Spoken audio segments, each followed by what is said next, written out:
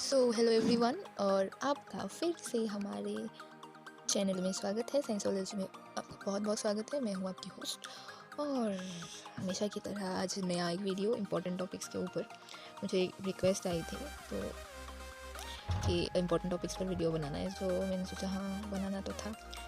मैंने ऑलरेडी टिक करके रखा था बट बना नहीं पाई थी कुछ सर्टेन रीजंस की वजह से। मैं आज बना रही। और अगर आपका टेलीग्राम ऐप है so please join the Telegram group, link in the description में। मैं आपको बोलने वाली हूँ कि आपको कौन से टॉपिक चाहिए। ठीक है, पहला है फेराडे लॉ ऑफ इंडक्शन। ठीक है, मैं आपको ये एसी जो हमारा इलेक्ट्रोमैग्नेटिक इंडक्शन है, जो यूनिट है electromagnetic induction and AC current, उससे बोल रही हूँ।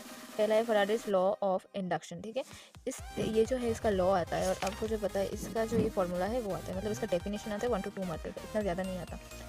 और अगर तो उसके बाद बहुत इंपॉर्टेंट टॉपिक आता है जो है Lenz law and conservation of energy.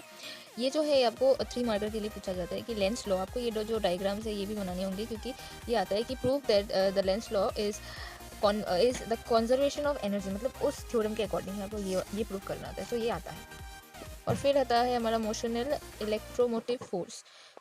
इसमें ये वाला जो है ये मोशनल ईएमएफ है, एक्चुअली ये शॉर्ट में मोशनल ईएमएफ है। ये जो है इसका डिराइवेशन आता है कि मोशनल ईएमएफ में जो हमारा फोर्स होता है वो एक्चुअली कितना होता है। ये बहुत इंपॉर्टेंट है, 3 मार्कर के लिए पूछा जाता है। आपको इसकी ज़रूरत है नहीं, ये इतना इंपॉर्टेंट है नहीं, फिर भी आप अगर आप चाहें तो आप देख सकते हैं। इसके बाद आता है हमारा एडी करेंट्स। ठीक है, एडी करेंट्स में आपको 1 से 2 मार्कर का पूछा जाता है। एडी करेंट्स का ऐसे तो कुछ नहीं है बट एडी करेंट्स का आपको बहुत इंपॉर्टेंट जानना है, इसका डेफिनेशन एंड इसका यूजेस बहुत ज़्यादा इंपॉर्टेंट है। और उसके बाद है हमारा इंडक्टेंस। इंडक्टेंस में से जो सेल्फ इंडक्टेंस है और जो हमारा म्यूचुअल इंडक्टेंस है, उन दोनों का डेफिनेशंस एंड फॉर्मूलाज ये बहुत ज़्यादा इंपॉर्टेंट है, ये आपको अच्छे से कर लेना है। उसके बाद आता है हमारा एसी जनरेटर। इसका प्रिंसिपल वर्किंग में भी स्पेशली जो फॉर्मूला है वो आता है, और इसका डायग्राम और अगर इसका प्रिंसिपल और थोड़ा सा इसका वर्किंग आप लिख दो तो आपको पूरा 3 से 5 मार्क्स मिल जाएगा। सेटअप नहीं लिखना है आपको, सिर्फ प्रिंसिपल लिखना है, वर्किंग लिखना है एंड उसका फॉर्मूला लिखना है एंड डायग्राम बनाना है। फिर आते हैं अभी अल्टरनेटिंग करंट पे। यहाँ पे आपका जो इंडक्टिव रिएक्टेंस है और कैपेसिटिव रिएक्टेंस है, जो एक्सी है ना, उसको भी आपको अच्छे से करना है, आपको छोड़ना नहीं है। ये जो इंडक्टिव रिएक्टेंस और कैपेसिटिव रिएक्टेंस है दोनों को अच्छे से करना है, वो 1 मार्क के लिए पूछा जाता है। और ये ग्राफ जो है ये भी अच्छे खास इंपॉर्टेंट है।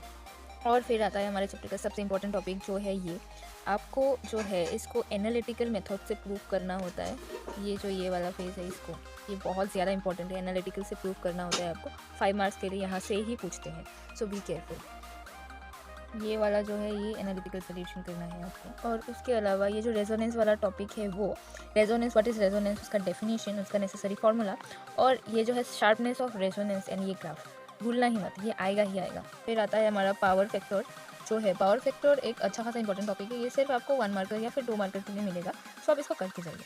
और फाइनली हमारा राजा बाबू टॉपिक जो है ट्रांसफॉर्मर्स, बहुत ही ज़्यादा इंपॉर्टेंट है 3 मार्कर्स के लिए। इसका प्रिंसिपल आपको पूछा जाता है। म्यूचुअल इंडक्टेंस का जो हमारा प्रिंसिपल है उसके साथ एक ही है, ये आता है। इनके यूजेस और कुछ और छोटी छोटी चीज़ें हैं जो आपको देखनी होंगी इसके लिए, ये बहुत ज़्यादा इंपॉर्टेंट है, इसको छोड़िएगा ही मत। और अभी हमारा नेक्स्ट वाला चैप्टर जो कि है इलेक्ट्रोमैग्नेटिक वेव्स।